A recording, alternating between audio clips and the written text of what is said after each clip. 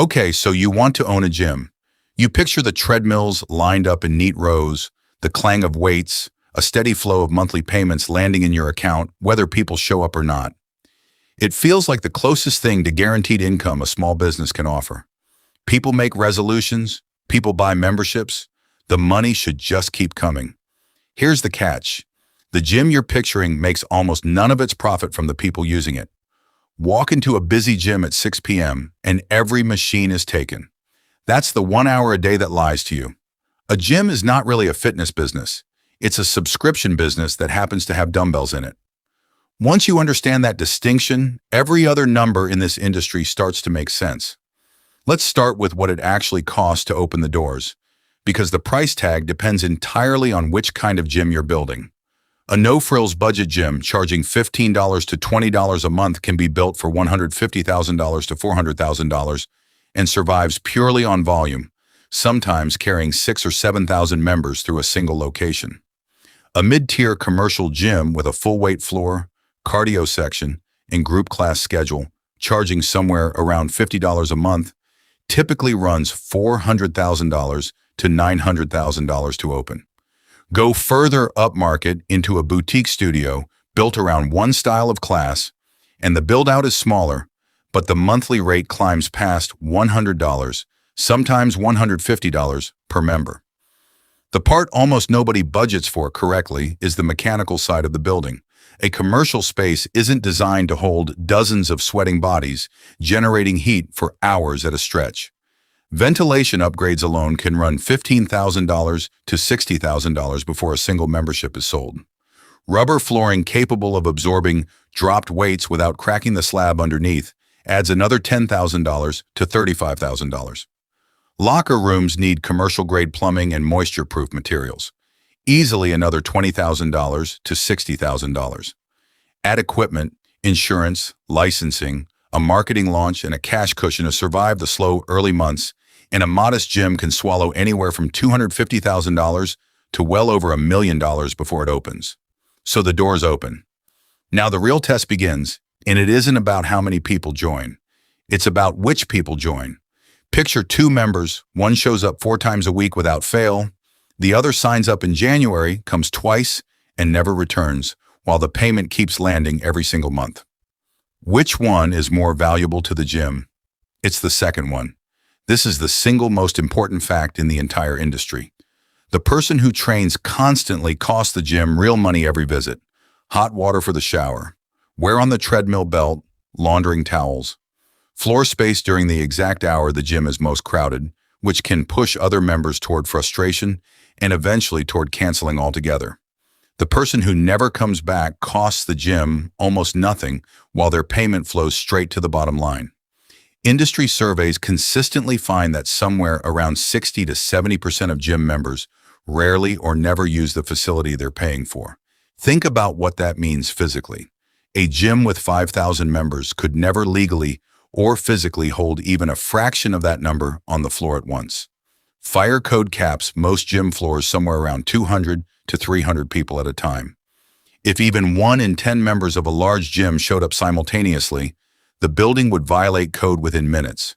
So the entire model depends on most paying members never actually using what they pay for. The building only needs to be big enough for the fraction who show up, not the total number who pay. This explains a wrinkle that trips up almost every new owner. Growth doesn't always mean progress. If a gym convinced every single member to start training 4 times a week, it would need a dramatically bigger, more expensive facility just to serve the exact same number of paying customers. The forgotten membership sitting untouched in someone's bank statement is quietly one of the most profitable customers in the building. There's a seasonal rhythm layered on top of all this. A large share of annual gym signups land in a single month, January, driven by resolutions. Owners lean into it hard with discounted joining fees and a burst of ad spend. But the wave that comes in fast tends to leave just as fast. Roughly half of new members stop attending within 6 months, and among January resolution signups specifically, the majority have quietly stopped showing up before summer. Owners who treat that January windfall as ongoing revenue instead of a seasonal spike are the ones who run into trouble by autumn. Now, why do people keep paying for something they don't use? Part of it is optimism at the moment of signing up, a payment made on behalf of a future version of yourself. Part of it is what's known as a commitment device, the idea that paying is what forces you to show up. And part of it is simple inertia. Canceling means admitting the plan didn't work. And for a fee of $10 or $20 a month, most people find it easier to just keep paying than to confront that. Gyms don't fight this tendency. If anything, the machinery around cancellation quietly reinforces it. Many contracts require cancellation in writing, sometimes in person, sometimes by certified mail, never by a quick phone call or app tap. Notice periods of 30 to 60 days are common, guaranteeing at least one more billing cycle even after a member decides to leave. A meaningful share of cancellations, some estimates put it near a third, actually come from expired credit cards rather than deliberate choice, which is exactly why gyms run entire teams dedicated to chasing down failed payments before a lapsed card quietly costs them a customer. Regulators have started pushing back on this friction. Some cities have introduced rules requiring cancellation to be as easy as signing up, with real financial penalties for gyms that make leaving deliberately difficult. That regulatory pressure tells you something important.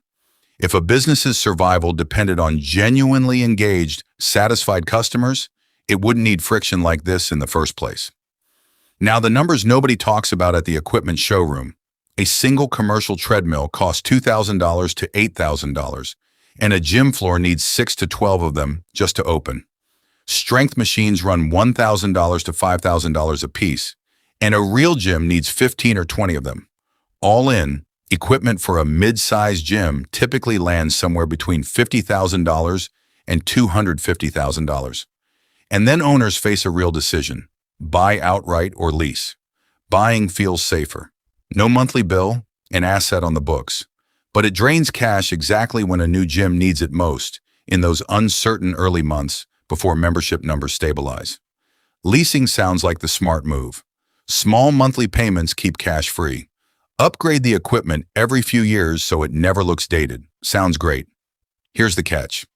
Lease financing often carries an effective interest rate near 8 to 10% a year, meaning the gym pays meaningfully more over time than the equipment was ever worth. And critically, a lease doesn't care whether the gym is thriving. If membership collapses and the doors close, the lease obligation follows the owner out. Location decisions compound all of this.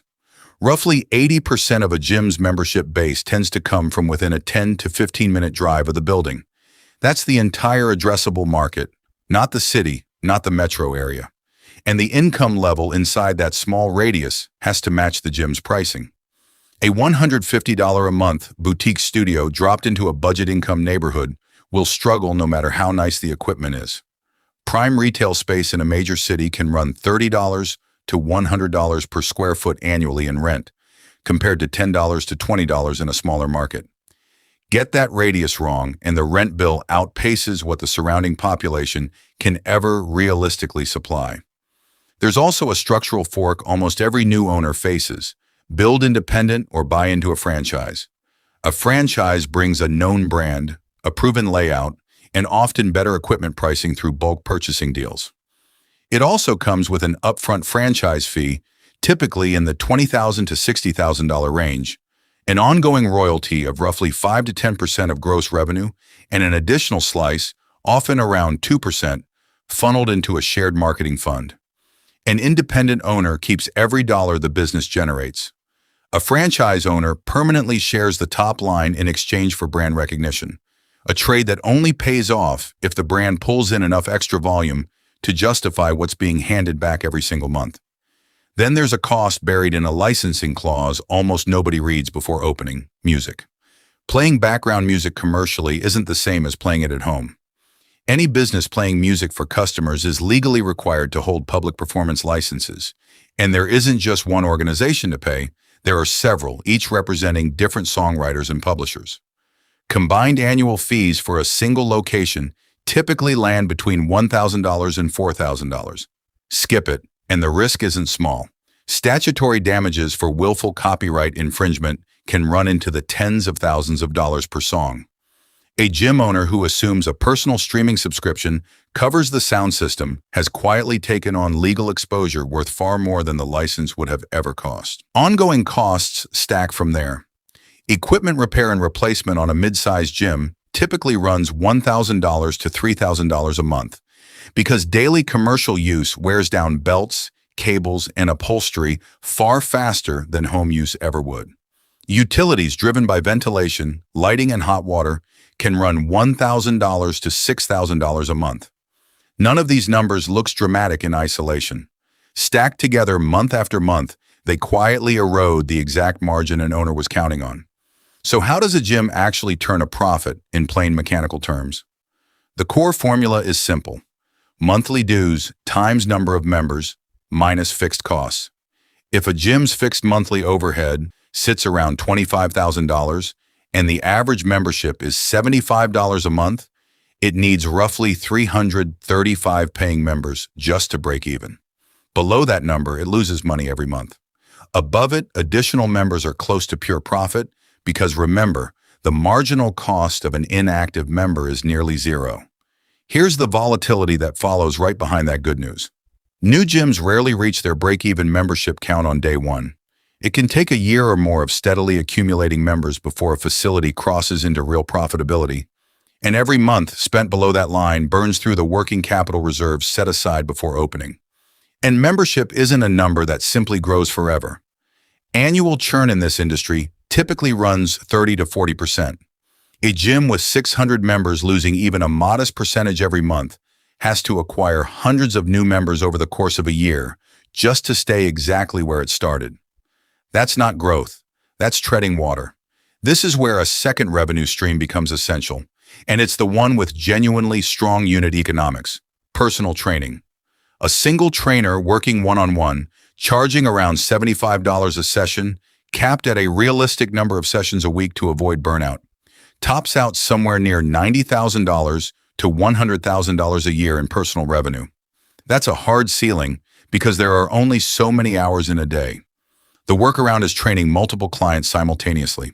A coach running a small group session with 4 clients each paying $35 brings in $140 for that single hour, roughly double the rate of one-on-one work, while each individual client pays less than they would for private coaching. That's why so many gyms have shifted towards semi-private and small group formats. Of course, the gym doesn't keep all of it. Trainers typically take a commission of 30 to 50% of what they bring in, meaning even after paying that out, a strong personal training program tends to be far more profitable per hour than a basic membership ever could be. Now let's put all of this together and look at what actually happens over a full year, because this is where two very different versions of this business reveal themselves. In the optimistic scenario, the location is right, churn sits at the low end of normal, break-even membership was reached on schedule, and a healthy personal training program runs alongside the core membership base. Under those conditions, a mid-size independent gym might generate somewhere between $600,000 and $1.4 million a year in revenue, with a net profit margin in the 10 to 20% range. That can translate into an owner take-home somewhere between $70,000 and $170,000 a year, a solid outcome given the capital and risk involved. In the realistic scenario, nothing dramatic happens. There's no fire, no scandal. Churn simply runs at the high end of normal instead of the low end. A cheaper competitor opens 2 miles away and pulls away a slice of price-sensitive members. Equipment starts breaking down more often than budgeted, adding another one to $3,000 a month in repair costs nobody planned for. Under those completely ordinary conditions, that same gym can slide from a comfortable double-digit margin into a single-digit margin, or into an outright loss during a slow season, even while the parking lot outside still looks reasonably full most evenings. The swing between those two outcomes in a single mid-sized gym can be well over $100,000 in a single year, and almost none of it shows up as a single visible event. It's a slightly higher cancellation rate here, a slower membership ramp there, a heavier repair bill compounding quietly, month after month, until the number at the bottom of the spreadsheet looks nothing like the plan on opening day. So if you do decide to open a gym, remember what you're actually building. It was never really a building full of equipment. It's a bet on human behavior, on how many people will keep paying for a habit they never quite form, and on whether the ones who do show up regularly cost you less than the ones who never walk back through the door.